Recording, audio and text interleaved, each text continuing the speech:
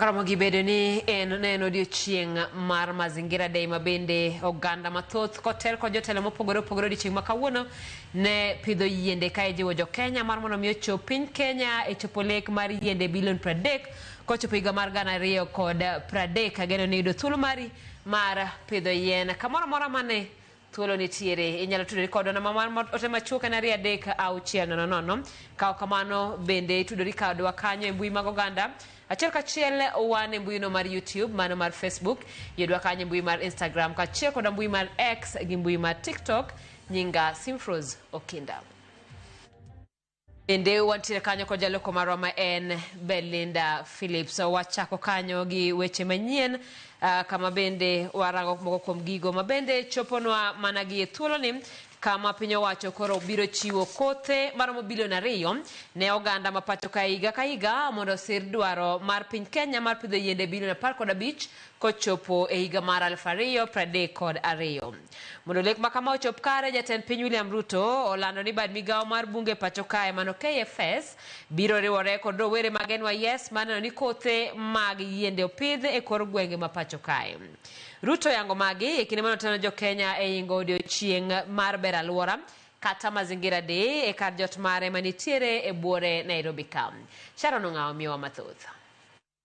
Kotene kod mikai mokwongo mapacho kama marecho Ruto. Jodito mag piny owacho moriwo jatend migawo mar aluora Deborah Barasa kaachiel kod jopuonjre.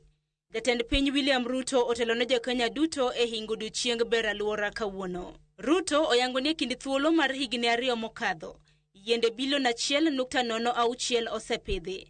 Komedo ni achiedh nade maduong' moseneno en nok mag kothe mag yiende. In the last 2 years, we have planted 1.06 billion trees.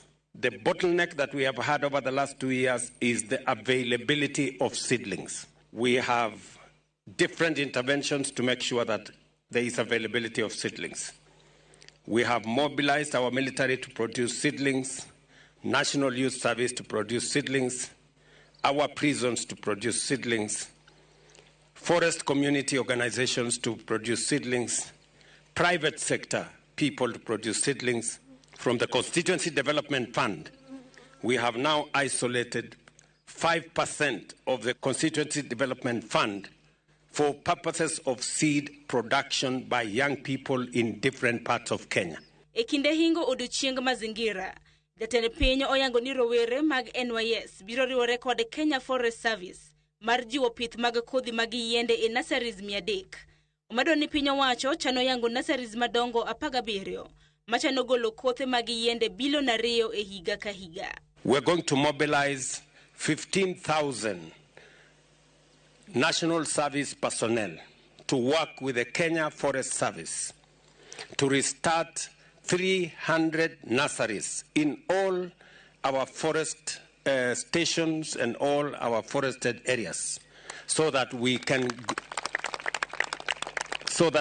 have 2 billion seedlings available to the people of Kenya every year, and also have another 17 mega nurseries in different parts of Kenya to look after different ecological zones so that we can produce 2 billion trees, 2 billion seedlings every year.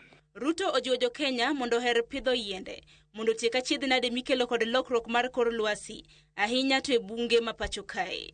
We have agreed that we are going to look for sensitive areas, water catchment areas, watershed areas, and make sure that we plant trees, because trees are very important in matters to do with the environment of the Republic of Kenya. Because of climate change, we have frequent floods, we have droughts, we have wildfires, and so many other things in between. And it undermines food production, it creates unnecessary expenditure to mitigate floods, to mitigate drought. We lose livestock, we lose wildlife, and we lose livelihoods. And therefore it is important for us as a nation to focus on tree planting as a national exercise. Jatend piny oyango ni kaber, to piny Kenya owinjo go okang' mar koso tenore kuom koth e yor pith, kendo jiwo pith ma itimo ka ikeyo pi e puothe. Magitimore e kinde ma piny Kenya nitiere gi lek mar pidho yiende bilion 15 chop higa mar 2032. Kila mtu ashikilie mti wake na aanze kupanda. Sharon Ongao, Ramogi TV.